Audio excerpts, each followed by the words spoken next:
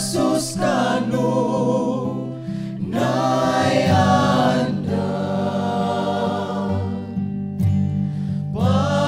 patabang sa tanang na suban gitan dugo gihika sa mahal tang manluluwas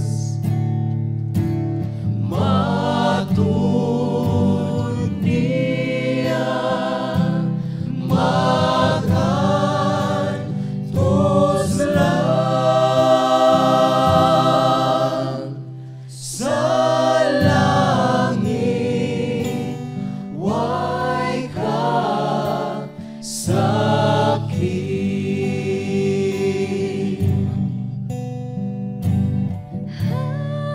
Jesus akong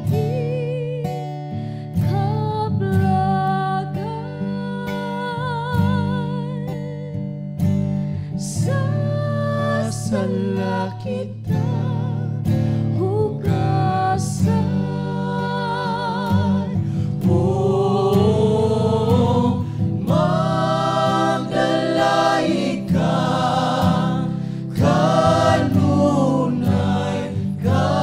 kanunay maglipay saway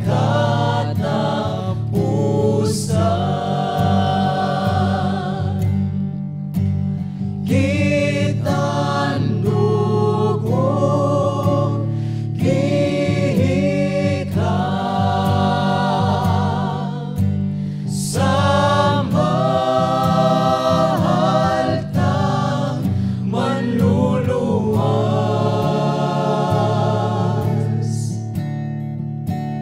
matunia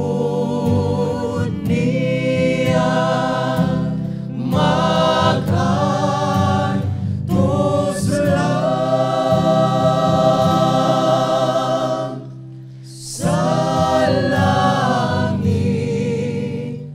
way ka sakit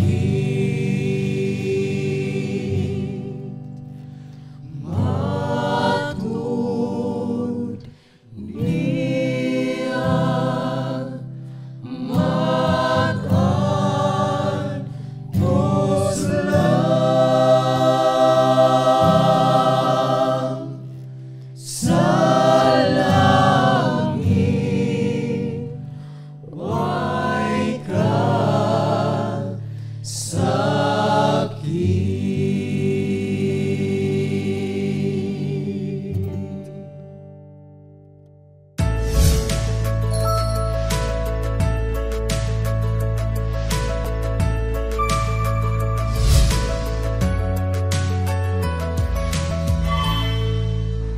Warmest Christian greetings from Romblon Mission of Seventh-day Adventist na matatagpuan sa Barangay Dapawan, Odyongan, Romblon.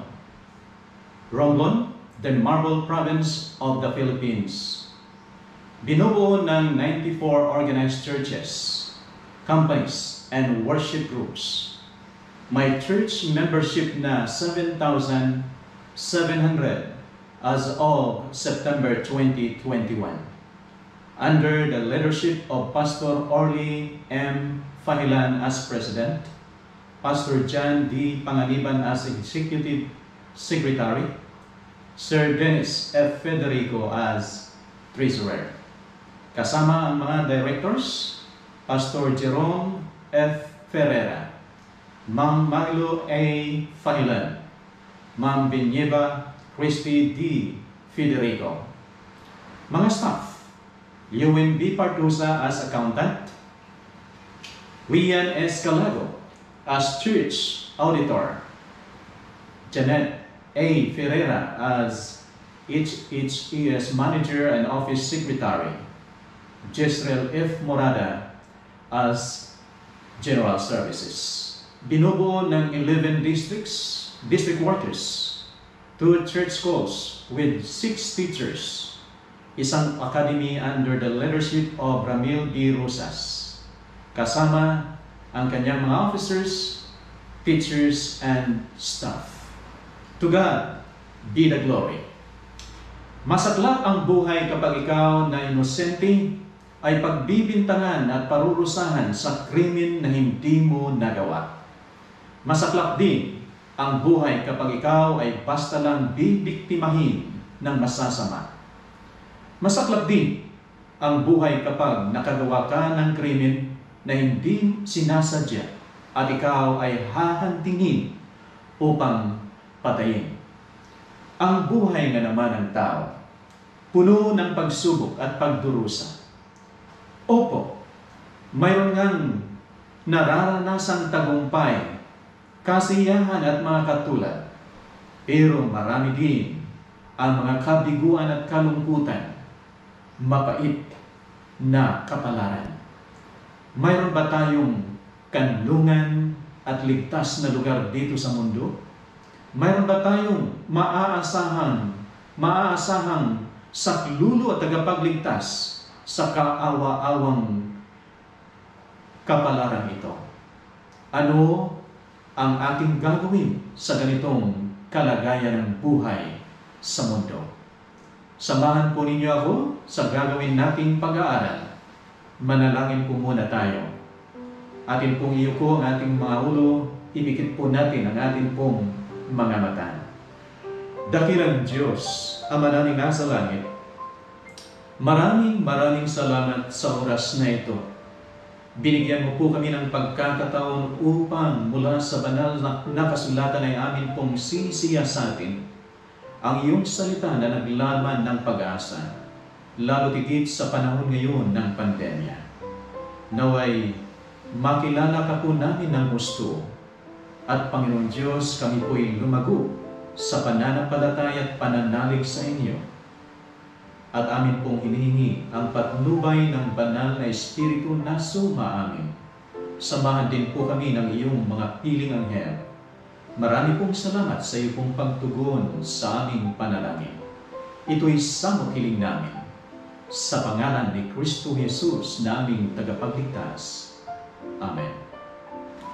Ang mensaheng ating tutunghayan sa oras na ito ay hango sa Hope for Troubled Times by Pastor Mark Finley. A place of eternal security, lugar ng walang hanggang seguridad.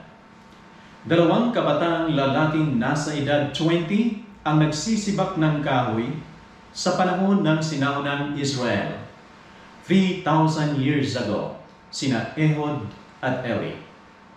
Habang naghahanap ng panggatong para sa gabi, ay nagkwikwentuhan sila, nagtatawanan, at pinag-uusapan ang kanilang mga pangarap sa buhay.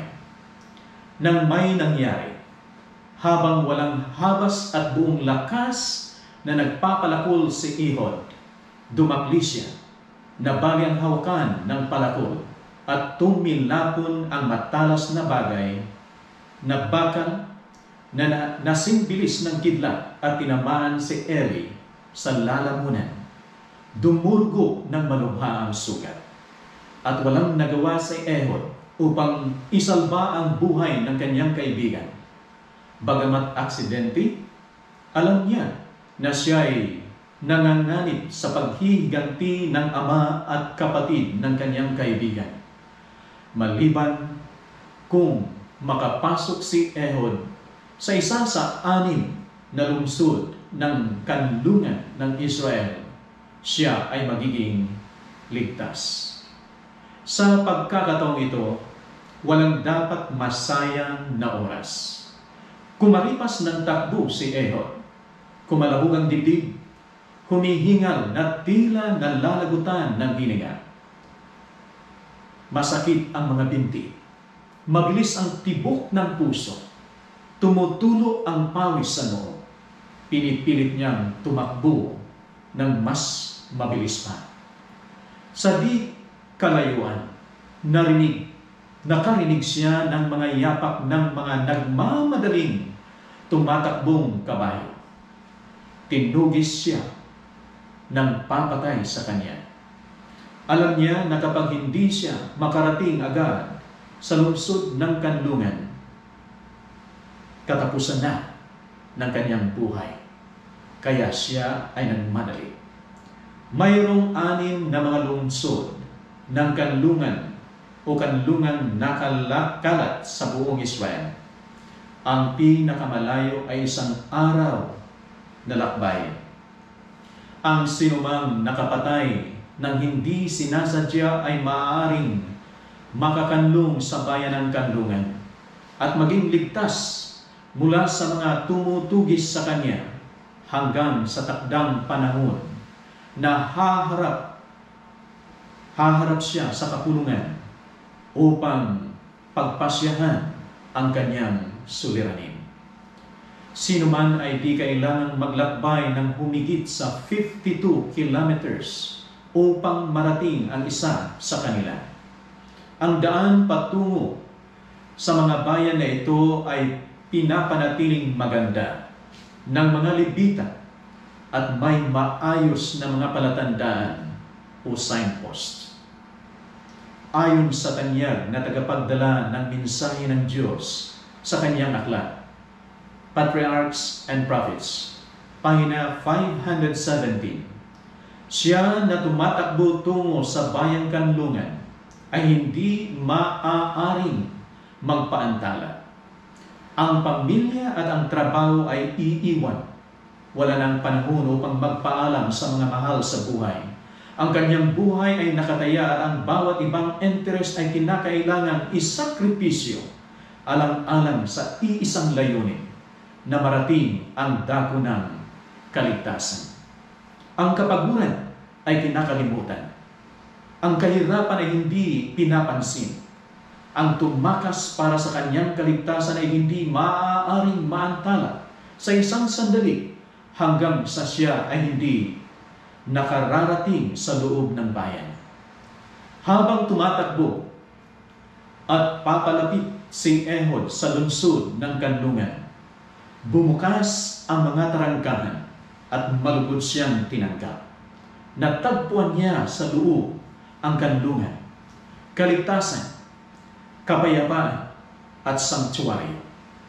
Anong pagsasalarawan ng kanlungan at sanktuaryong inaalok sa atin ni Kristo? Tayong hinahabol ng pagkakasala, sinasalakay ng takot, dinadaig ng pagkabalisa at tinutugis ng pag-aalala, ay maaari din tayong tumakas at pumaroon sa lugar ng kanlungan, ang ating sanktuaryo. Ang Diyos ay lumikha ng sanktuaryo ng kanlungan na bukas sa lahat. Ang ating pinakapunong pare, si Jesus, ay naninirahan sa sanktuaryo sa langit, ang lugar ng kanlungan at katiwasayan. Inaanyayahan tayo sa pamamagitan ng pananampalatayang pumasok at makahanap ng kanlungan, pag-asa, kapayapaan, kalayaan mula sa pagkabalisa at katahimikan. Samot-sari ang nagaganap sa ating paligid at buhay ngayon. Naririyan ang iba't ibang kalamidad. May digmaan, may mga salot na sumisira ng mga pananim, may gutom at iba pa. Naririyan ang mabilis na kumakalat na coronavirus na kumikitil ng maraming buhay. Nakatatakot, nakakapanghina ng kalooban at pag-asa. Sa likod nitong mga kalulus-lulus na mga pangyayari, inaasam-asam natin ang katiwasayan. Isang ligtas na lugar na maprotektahan tayo mula sa mga bagyo ng buhay. Inaanyayahan tayo ni Jesus sa pamamagitan ng pananampalatayang tumalikod sa truma ng mundo at humanap ng lakas sa loob ng sanktuaryo ng langit, ang lungsod ng kanlungan ni Jesucristo. Ang sanktuaryong ito ay bukas para sa lahat, sa bawat isa. Kaibigan, hinihintay ka ni Jesus lumapit tayo sa Kanya. Ngayon na, dinggin ang wika ng Biblia. Yamang tayo'y mayroong isang marangal at pinakapunong pari na pumasok sa kalangitan, si Jesus na anak ng Diyos, ay hawakan nating matatag ang ating ipinapahayag. Sapagkat tayo'y mayroong isang pinakapunong pari na marunong makiramay sa ating mga kahinaan. Isa na tinukso sa lahat ng paraan, gaya rin naman natin. Gayon may walang kasalanan. Kaya't lumapit tayo, tayong may katapangan sa trono ng biyaya, upang tayo'y tumanggap ng awa at makatagpo ng biyaya na makatutulong sa panahon ng pangangailangan. Hebreo 4:14 hanggang 16. Si Jesus na namatay para sa atin ay nabubuhay para sa atin. Naranasan niya ang lahat ng mga pagsubok, tukso at truma na nararanasan natin, ngunit mas higit ang naranasan niya kisa sa atin. Walang karanasan pinagdaanan natin na hindi naranasan at naintindihan ng ating makalangit na pinakapunong pari. Naiintindihan niya tayo. Isa siya sa atin. Nagtagumpay siya para sa atin. Pinatawad niya tayo. Pinalaya niya tayo.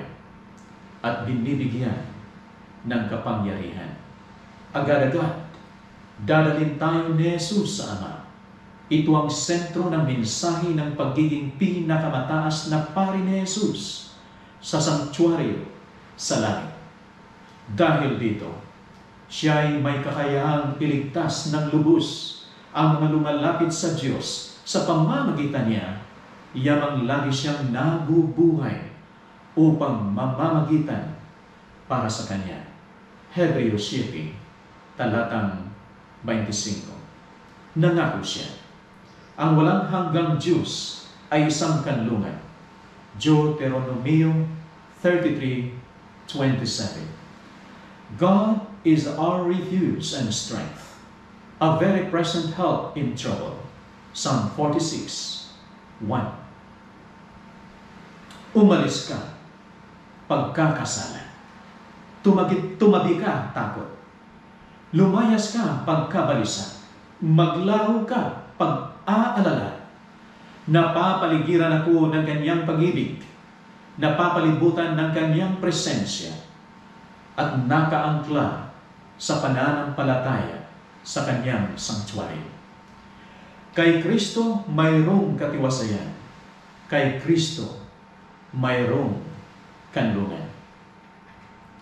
Sa panahon ng digmaan, sa pagitan ng mga estado, isang kabataang sundalo sa Union Army, unang Union Army, ang nawalan ng ama at kuya sa labanan sa Petersburg. Ito po'y Civil War sa Amerika noon.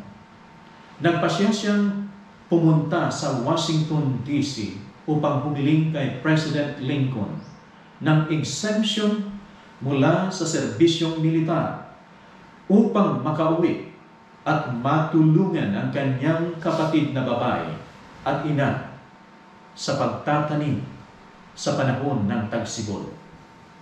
Pagdating niya, matapos makatanggap ng bakasyon mula sa militar upang pumunta at ipakiusap ang kanyang kaso, nagtungo siya sa White House, lumapit sa gate at hiniling na makita ang Pangulo.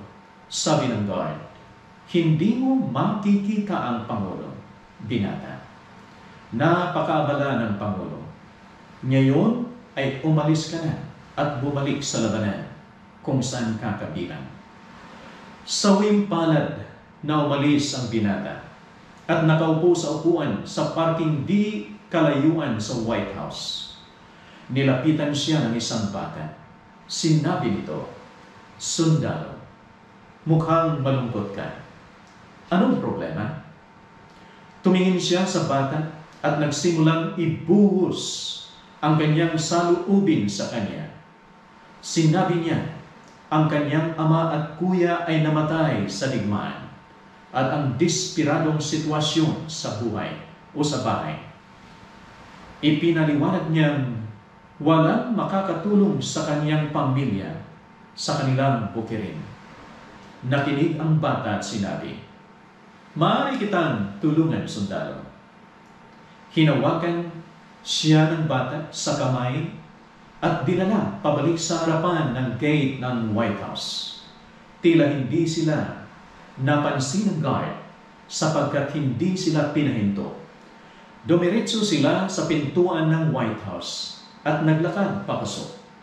Sa loob, dumaan sila sa mga general at matataas na opisyal at walang umimik. Hindi ito naiintindihan ng sundalo. Bakit hindi sila sinubukang pigilan? Sa wakas, nakarating sila sa Oval Office kung saan nagtatrabaho ang Pangulo at hindi man lang kumatok ang bata sa pintuan. Naglakad papasok. Akay ang sundalo. Sa likod ng mesa ay si Abraham Lincoln at ang kanyang Secretary of the State na tinitingnan ang mga nakalatag na plano ng labanan. Tumingin ang Pangulo sa bata pagkatapos sa sundalo at sinabi, "Magandang hapon, Tad. Maaari mo ba akong ipakilala sa iyong kaibigan?" At si Tad Lincoln, ang anak ng Pangulo, ay nagsabi, "Tay, ang sundalong ito ay kailangang makipag-usap sa iyo." Nakiusap ang sundalo sa harap ni Ginoong Lincoln at doon mismo natanggap niya ang exemption. Si Tad Lincoln, ang anak ng Pangulo, ay hindi na kailangan na magmakaawa o makiusap na makita ang ama. Hindi niya kailangang kumatok sa pinto. Naglakad siya papasok at masaya ang kanyang ama na makita siya.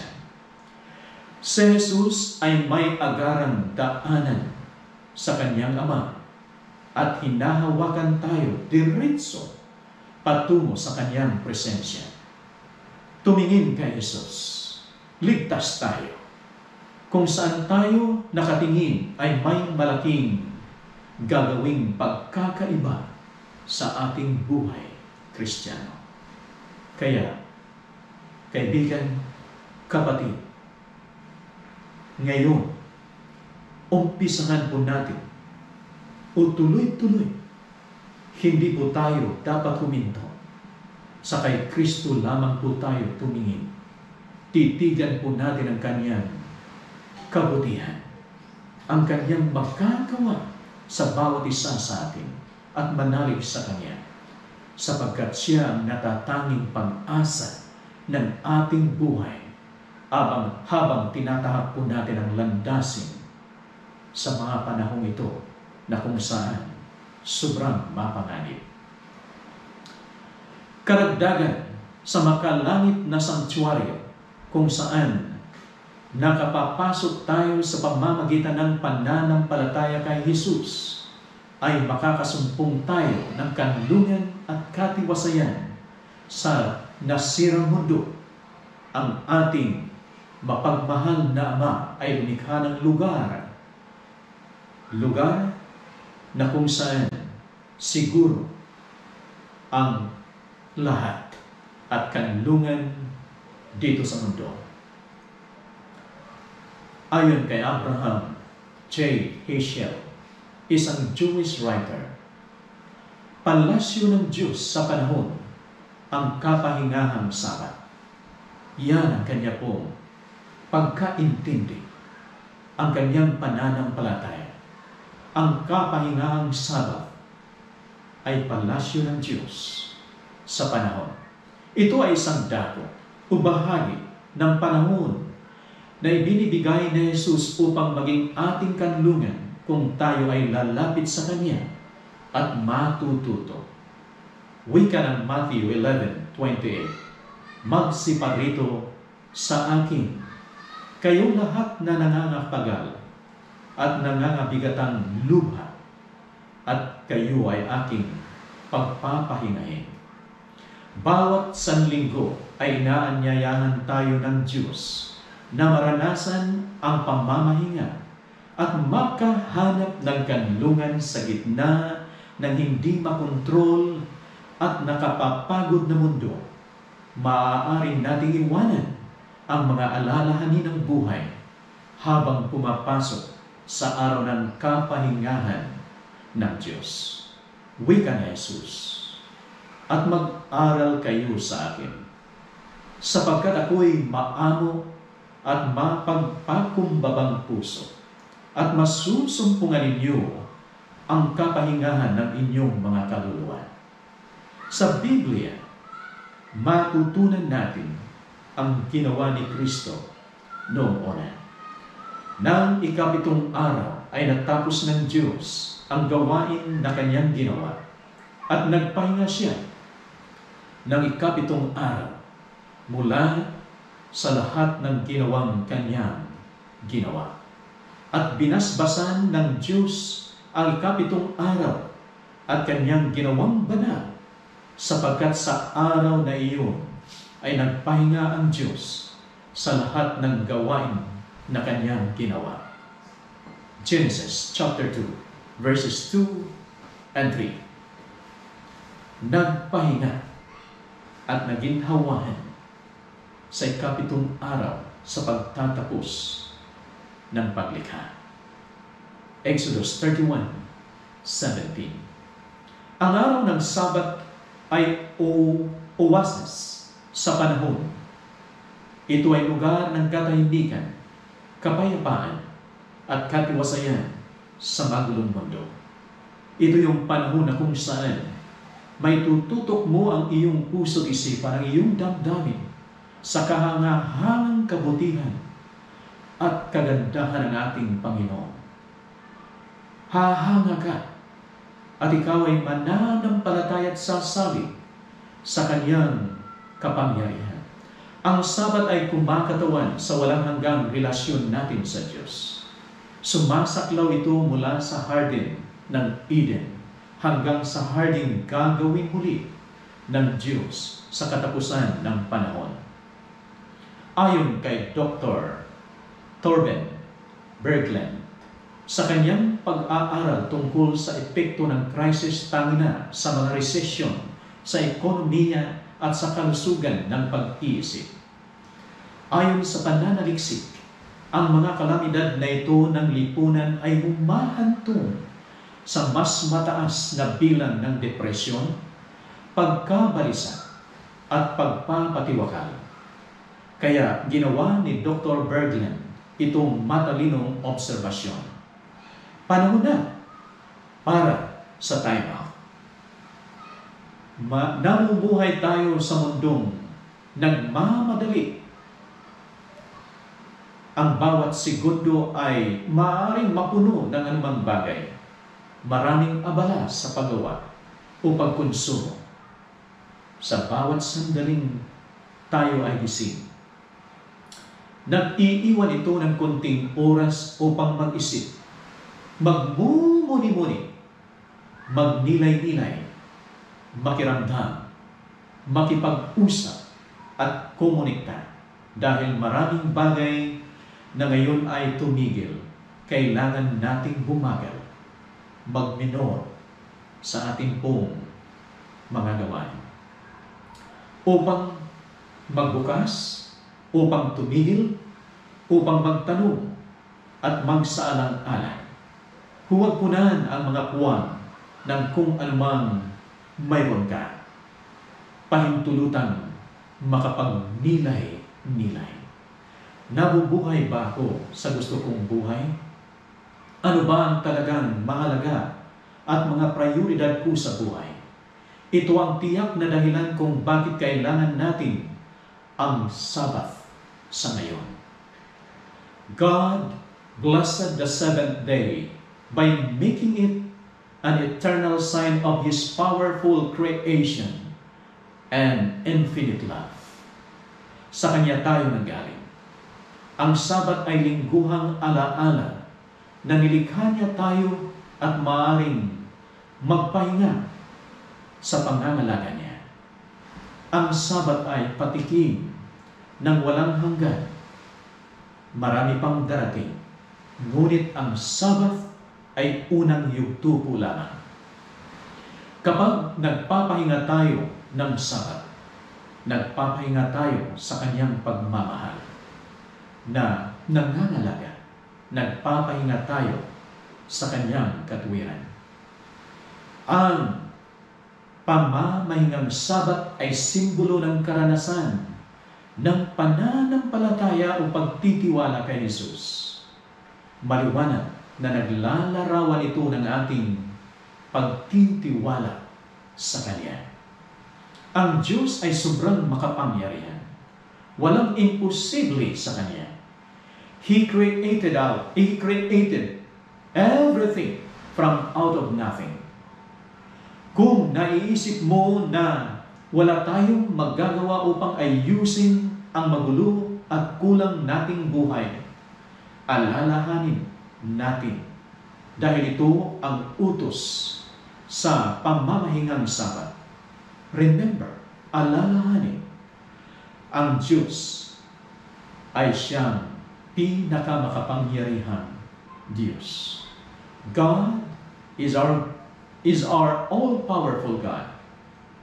He will make it possible for us. God is the answer.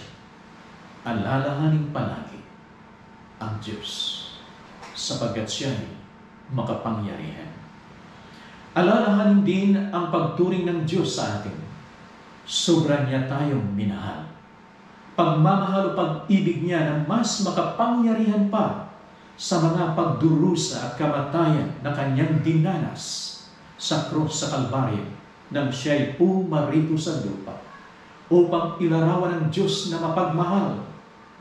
Diyos na siyang ating sinasamba upang ipakita ang isang halimbawa ng pagiging tapat, ng pagiging masunurin na umaasa sa Ama na hindi tatalikod at hindi magpapabaya sa kanyang mga anak. Hindi dapat mapuno ang ating buhay ng pagkakasala, takot at pagkabalisa. Inilalahad ng Sabat ang ating lubos na pagtitiwala kay Kristo na lumalang at tumubos sa atin. Ang kaligtasan ay sa pamamagitan niya. Narito ang isa pang dahilan bakit itinuturo ng Diyos ang Sabat sa atin. Ang Panginoon ang nagpapabanal sa atin.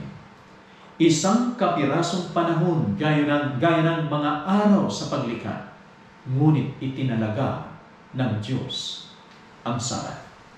At sa pamamagitan ng Sabat, sinabi niya sa atin, ito ang nais kong gawin din para sa iyo. Nais kitang ibukod, nais kitang gawing espesyal bilang aking tanging anak. Nais kong ibuhos ang aking sarili sa iyo. Gusto kitang pabanalin. Nais kong ibahagi sa iyo ang aking kabanalan. Nagsimula ang Sabat sa Harden ng Eden. At itong Sabat na ito ay ipagpapatuloy na ipagdiriwang hanggang sa bagong mga langit at bagong lupa. Isaiah 66:22 and 23. Ang pagsamba tuwing Sabat ay maluwalhating patutuo sa pag-ibig ng ating Diyos na may lalang na nagbigay sa atin ng buhay. Kaya heto, God blessed the seventh day by making it an eternal sign of His powerful creation and infinite love. Dumako tayo ngayon sa isa pang kanlungan. Si Apostol Juan ay tinapon sa babatong isla ng Patmos. Baybayin po yan ng Gresya. Isipin ang kanyang kalungkutan. Hiwalay sa kanyang pamilya, mga kaibigan, at mga kapatid na Kristiyano. Madalas na humahantong ang kalungkutan sa panghihina ng loob. Ngunit hindi nag-iisa si Apostol Juan. Kasama niya si Jesus. Araw-araw sa pagdarasal at pagninilay-nilay. Nasa huling aklat ng Biblia, sa Apokalipsis, isinisiwalat nito na ang Diyos ang may kontrol sa patutunguhan ng planetang ito. Ang konklusyon ng aklat ay ang banal na lungsod, ang bagong Jerusalem na bumababa mula sa langit. Sa gitna ng pag-iisa, kalungkutan at panganib, si Juan sa Patmos ay may pag-asa.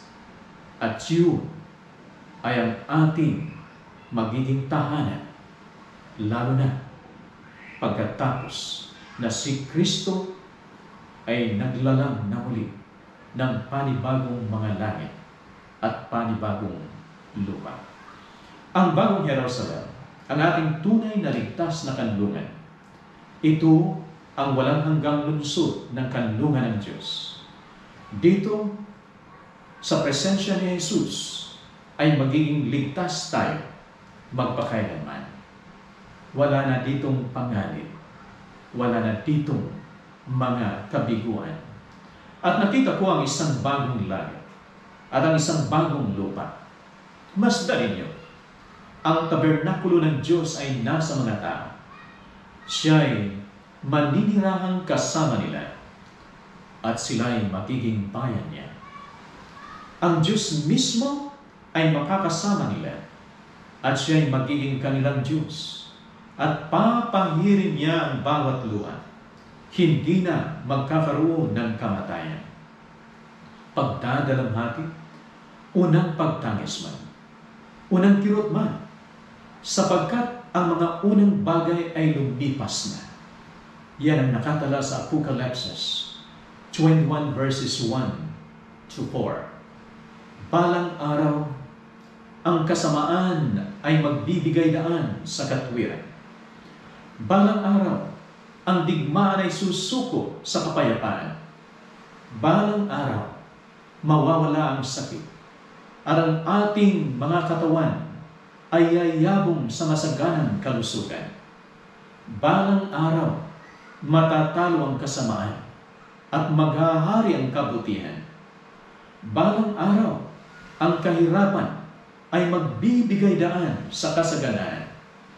Balang araw, ang dyablo ay tuluyang mawawasak at si Jesus ay magiging Panginoon ng lahat. Hari siya ng mga hari. Si Philip Yancey, sa kanyang aklat Disappointment with God, page 97, ay nagkwento tungkol kay George MacDonald. Isang araw nang si George MacDonald, ang dakilang taga-Scotland, na mangangaral at manunulat, ay nakikipagkwentuhan sa kanyang anak. Tumingin siya sa langit at nabanggit ang sinabi ng mga propeta tungkol sa pagtatapos ng lahat ng mga bagay. Saan ang Diyos ay may inihanda sa kanyang mga tapat na mga alagad. Inihanda na kung saan magiging maganda ang buhay at maganda ang magiging karanasan ng bawat isa na hindi matatapos magpakailan-kailanman. Masyadong maganda para maging totoo, sabi ng kanyang anak sa isang punto. Napangiti si MacDonald. Hindi, tugon niya, masyadong maganda kaya nga totoo. Ang ating Ama sa langit ay may inihandang magpapasaya sa ating mga puso. Higit sa lahat, magiging kontento tayo sapagkat makakasama natin si Jesus sa buong walang hanggan. Ang pag-ibig ni Kristo na walang pasubali, walang katapusan, hindi mawari, patuloy na magbibigay ng mga bagong sigla para bigyan ng kagalakan ang ating puso at pasasayahin tayo. Matutuklasan natin sa mundong ginagawang bago na sa pagbibigay ng kagalakan sa mga naninirahan sa langit ang pinakadakilang kasiyahan ng Ama, Anak, at Banal na Espiritu. Nais mo bang maranasan ang kagalakang hindi mailalarawan? Kaligayahang walang sukat, kapayapaang hindi abot ng pangunawa, at banal na pag-ibig na umaapaw mula sa iyong puso patungo sa iyong paligid? Nais mo bang magkaroon ng saganang kalusugan, walang hanggang kalakasan, at walang katapusang kasiglahan? Nais mo bang paunlarin ang bawat talento, galugalin ang hindi mabilang na mundo sa kalawakan, maglakbay sa malawak na mga sibilisasyong hindi nagkasala, at patuloy na tuklasin ang mga bagong misteryo ng sansinukob? Nais mo bang makasama ang mga pinakadakilang taong nabuhay at bumuo ng mga relasyong makabuluhan at hindi natatapos? Ang langit ay hindi napakaganda para maging totoo. Bagkus, napakaganda nito dahil ito ay totoo. Ang lahat ay para sa iyo, kaibigan. Kapatid, ang langit ay iyong tahanan. Tanggapin ang kanyang pagmamahal. Magtamo ng kanyang kapatawaran. Humingi sa kanya ng kapangyarihang mabuhay ng bagong buhay at magalak na ika'y anak ng Diyos at balang araw ay mananatili ka sa kanyang pag-ibig magpakailanman doon sa bagong Jerusalem. There is a place of eternal security. May lugar na walang hanggang seguridad sa kay Kristo po lamang. Tayo po'y manalangin. Dakilang Diyos, Ama naming nasa langit, maraming salamat. Makapangyarihan ka sa lahat. Walang imposible sa inyo. Magagawa mo ang lahat. Ikaw ang lunas ng aming mga suliranin. At mahal na mahal mo kami, sobrang pagmamahal, na pinahintulutan mo at hinayaan mo ang bugtong mong anak na mula sa langit ay manaong dito sa lupa, nagkatawang tao, at nakita siyang nanilbihan, gumawa ng pawang kabutihan. Subalit, kahit sinuklian ng galit, ng mga pagbibintang, sinaktan siya, pinarusahan, hindi siya tumalikod. Ang kanyang pagmamahal at pagnanais para sa amin ay sobrang makapangyarihan kaysa sa kamatayan. Salamat at nagtagumpay siya. Sa panahon ngayon, kailangan namin ang kanlungan. At salamat sapagkat si Kristo ay naroon sa sanctuaryo sa langit. Sa iyong harapan, nabubuhay siya para sa amin. Siya'y handang sumaklulo sa amin.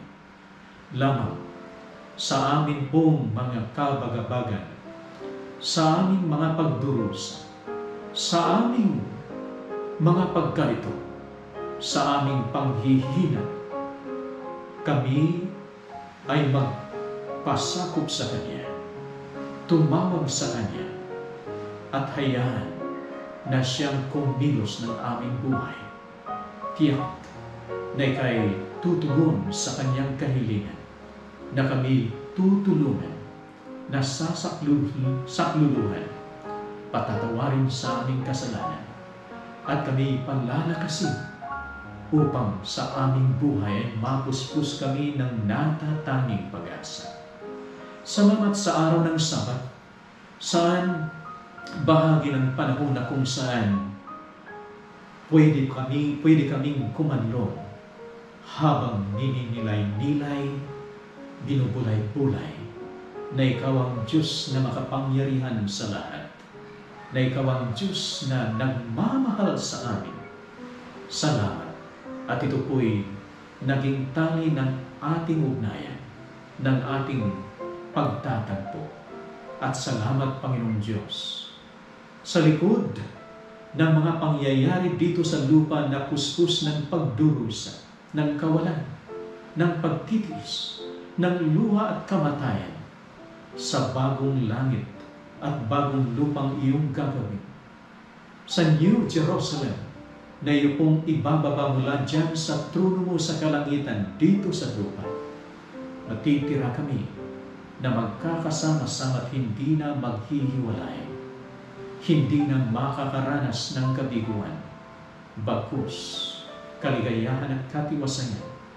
Sa inyo kami kakanlong, O Diyos. Tulungan po kaming magpakumbaba. Tulungan kaming magpasakop sa inyo. At maraming salamat sapagkat tinatanggap mo po kami.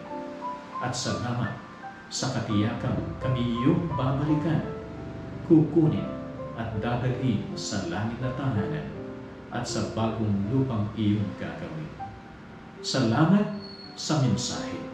Pagpalain po kaming lahat at tulungang maging handa sa pagbabalik ng aming Panginoon, na siyang aming katiyakan, kanlungan sa lahat ng sandali. Sa Kanya ay may seguridad. In Jesus' name we pray.